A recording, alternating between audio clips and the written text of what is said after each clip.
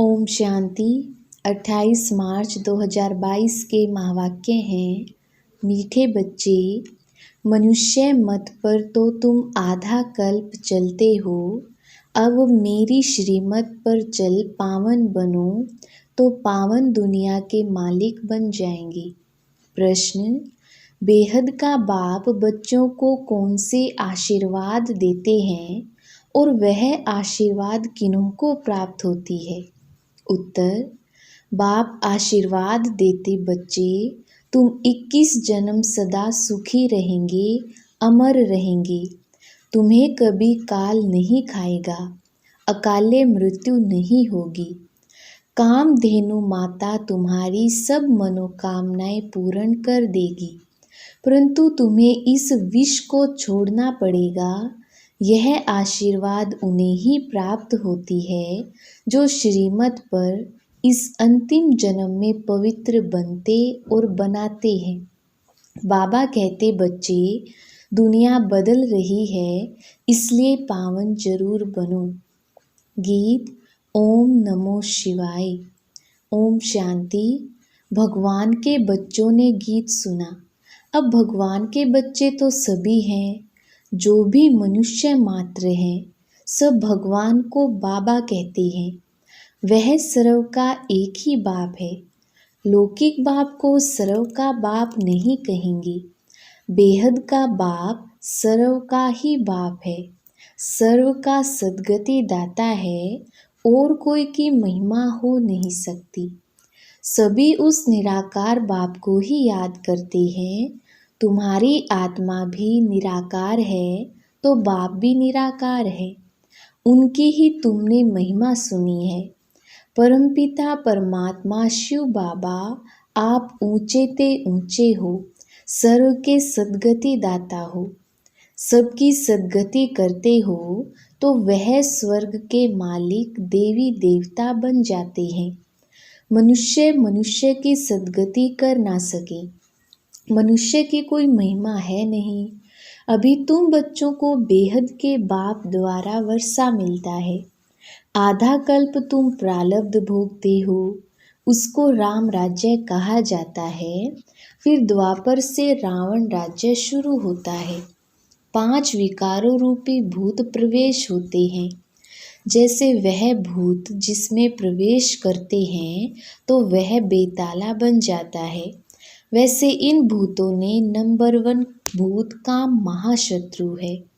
आधा कल्प इस भूत ने तुमको बहुत दुखी किया है। अब इन पर जीत प्राप्त कर पवित्र बनो तो पवित्र दुनिया के मालिक बन जाएंगे। बाप ही सबसे प्रतिज्ञा कराते हैं। बाप कहते हैं, तुम पावन बनने की राखी बांधो तो 21 जन्म के लिए स्वर्ग पवित्र दुनिया के तुम मालिक बन जाएंगी। मैं आया हूँ पतितों को पावन बनाने। भारत पावन था जब देवी देवताओं का राज्य था, नाम ही सुख धाम था। अभी है दुख धाम।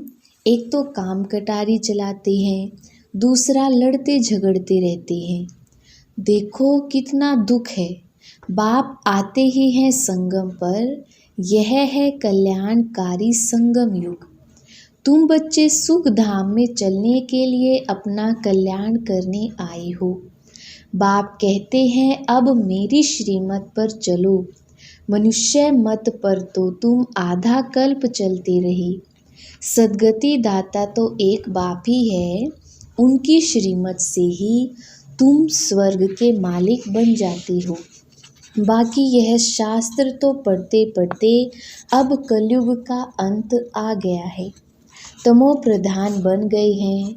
अपने को ईश्वर कहलाकर अपनी ही बैठ पूजा कराते हैं। शास्त्रों में प्रहलाद की बात दिखाई है। दिखाते हैं कि थंब से नरसिंह भगवान निकला, उसने आकर हिरण्याकश्यप को मारा। अब थंब से तो कोई निकलता नहीं है, बाकी सभी का विनाश तो होना ही है। बाप कहते हैं, इन साधु संत महात्मा अजामिल जैसी पाप आत्माओं का भी उद्धार मैं आकर करता हूँ। बाप आकर ज्ञान अमृत का कलश माताओं पर रखते हैं। माता गुरु बिगर किसकी सद्गति हो ना सके। जगत अम्बा है कामधेनु, सभी की मनोकामना पूर्ण करने वाली, उनकी तुम बचियां हो। अब बाप कहते हैं कोई भी मनुष्य मात्र की बात नहीं सुनो। पतितों को पावन बनाने वाला एक बाप ही है, तो जरूर कोई पतित बनाने वाले भी होंगे। रावण राज्य में सभी पतित हैं। अभी वह पतित पावन बाप आया है स्वर्ग का वर्षा देने के लिए। कहते हैं 21 जन्म तुम सदा सुखी रहेंगी, आशीर्वाद देते हैं ना। लौकिक माता पिता भी आशीर्वाद करते हैं, वह है अल्पकाल सुख के लिए। यह है बेहद का माता पिता, कहते हैं बच्चे तुम सदैव अमर रहो, वहाँ तुमको काल नहीं खाएगा, अकाले मृत्यु नहीं होगा, सदा सुखी रहेंगी। कामधेनु माता तुम्हारी सर्व कामनाएं पूर्ण कर देती है। सिर्फ विष को छोड़ना होगा, क्योंकि अपवित्र तो वहाँ चल नहीं सकेंगे। बाप कहते हैं मैं तुमको वापिस ले चलने आया हूँ, सिर्फ पावन बनो। ऐसे नहीं कि बच्चे को शादी करानी है, ना अपने को पतित करना है, ना दूसरों को पतित होने देना है। इस मृत्यु लोक में अंतिम जन्म पवित्र जरूर बनना है, तब अमर लोक चलेंगे।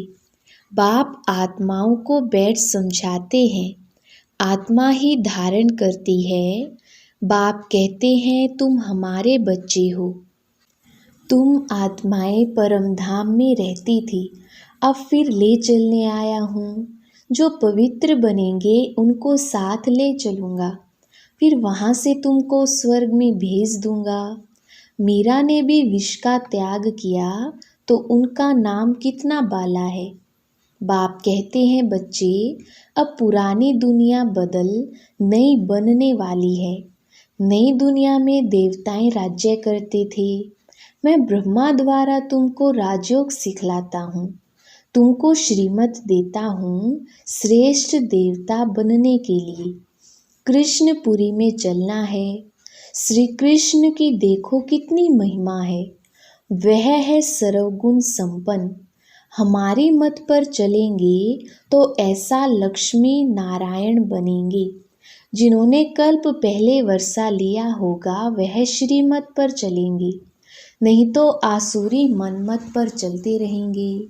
यह बाबा भी उस निराकार से ही मत लेते हैं। शिव बाबा ब्रह्मा के तन में प्रवेश कर तुमको मत देते हैं। कहते हैं तुम सब सजनियाँ अथवा भक्तियाँ हो, एक है साजन अथवा भगवान। मनुष्य को कभी भी भगवान नहीं कह सकते। यह उल्टी मत तुमको मिली हुई है, इसलिए तुम्हारी ऐसी दुर्गति हुई है। मैं ही एक पार करने वाला हूँ। यह गुरु लोग मेरे धाम को ही नहीं जानते तो मेरे पास ले कैसे आएंगे। मनुष्य तो जहाँ भी जाएंगे तो माथा टेकेंगे, इसलिए मैं स्वयं ही लेने को आया हूँ, फिर तुमको स्वर्ग धाम में भेज दूंगा। वह है विष्णुपुरी सूर्यवंशी। त्रेता को कहा जाता है राम राज्य, उसके बाद शुरू होता है रावण राज्य द्वापर में। तो भारत शिवालय से वैशाल्य बन जाता है। यही भारत संपूर्ण निर्विकारी था, यही भारत पूर्ण विकारी बन गया है।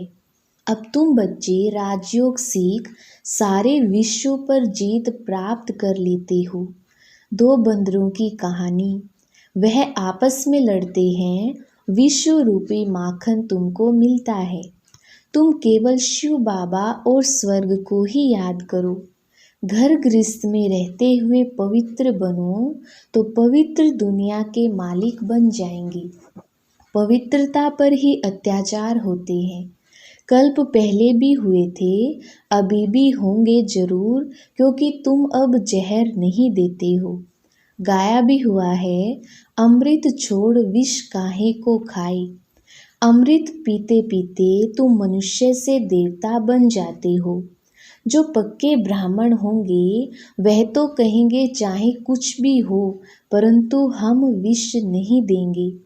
कितना सहन भी करते हैं तब तो ऊंच पद पाते हैं।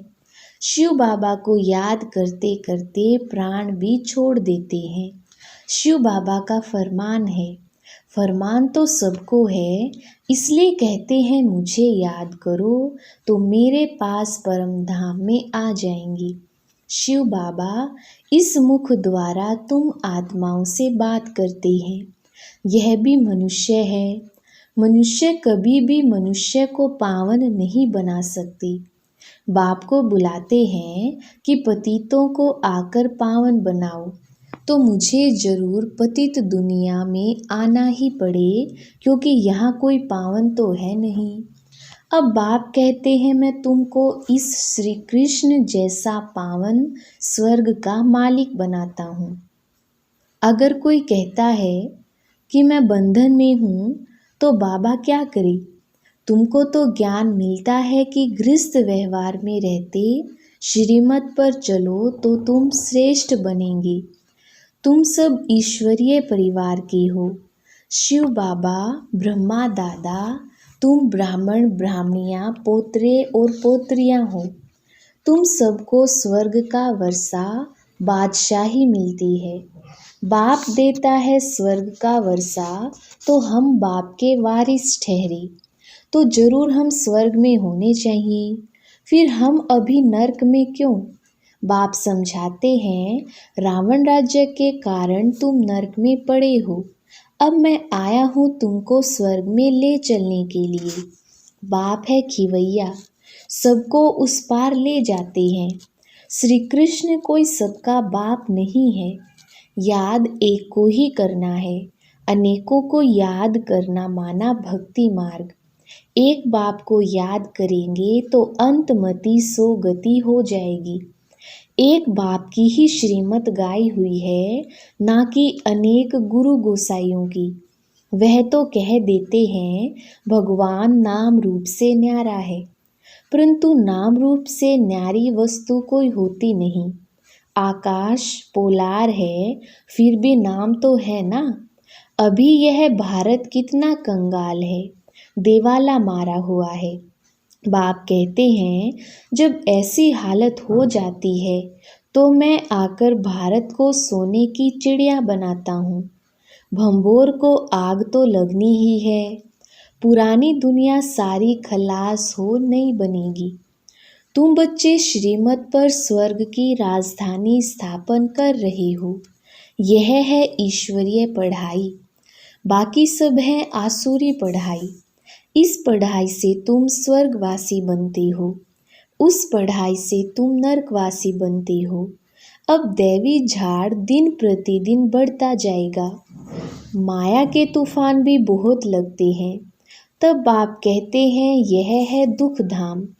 अब तुम मुझे याद करो, परम धाम को याद करो और सुख धाम को याद करो, तो बेड़ा पार हो जाएगा।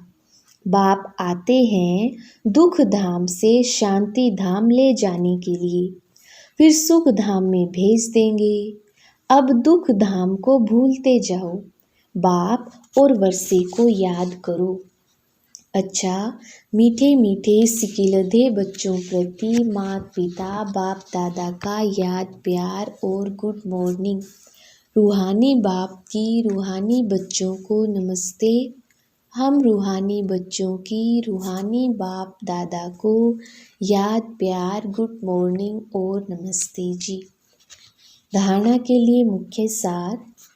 पहला पॉइंट है ज्ञान और योग से अपने बंधनों को काटना है। इस दुख धाम को भूल शांति धाम और सुख धाम को याद करना है। दूसरा पॉइंट है कुछ सहन करना पड़े, प्राण भी त्यागने पड़े, तो भी बाप ने जो पावन बनने का फरमान किया है उस पर चलना ही है। पतित कभी नहीं बनना है। वरदान। ब्राह्मण सो फरिश्ता सो जीवन मुक्त देवता बनने वाले सर्व आकर्षण मुक्त भव। विस्तार। संगम युग पर ब्राह्मणों को ब्राह्मण से फरिश्ता बनना है। फरिश्ता अर्थात जिसका पुरानी दुनिया, पुराने संस्कार, पुरानी देह के प्रति कोई भी आकर्षण का रिश्ता नहीं, तीनों से मुक्त। इसलिए ड्रामा में पहले मुक्ति का वर्षा है, फिर जीवन मुक्ति का। तो फरिश्ता अर्थात मुक्त और मुक्त फरिश्ता ही जीवन मुक्त देवता बनेंगे।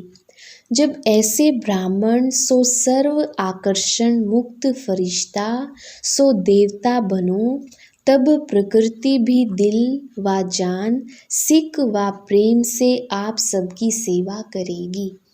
स्लोगन।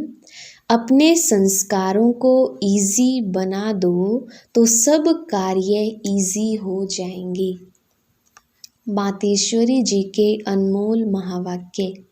परमात्मा करन करावन हार कैसे है। बहुत मनुष्य ऐसे समझ बैठे हैं कि यह जो अनादि बना बनाया सृष्टि ड्रामा चल रहा है, वो सारा परमात्मा चला रहा है। इसलिए वो कहते हैं कि मनुष्य के कुछ ना ही हाथ, करन करावन हार स्वामी, सब कुछ परमात्मा ही करता है। सुख दुख दोनों भाग परमात्मा ने ही बनाया है। अब ऐसी बुद्धि वालों को कौन सी बुद्धि कहा जाएगा। पहले पहले उनको यह समझना जरूर है कि यह अनादि बनी बनाई सृष्टि का खेल वो परमात्मा जो अब बनाता है वही चलता है। जिसको हम कहते हैं यह बनी बनाई का खेल ऑटोमेटिक चलता ही रहता है। तो फिर परमात्मा के लिए भी कहा जाता है कि यह सब कुछ परमात्मा ही करता है। यह जो परमात्मा को करन करावन हार कहते हैं, यह नाम फिर कौन सी हस्ती के ऊपर पड़ा है।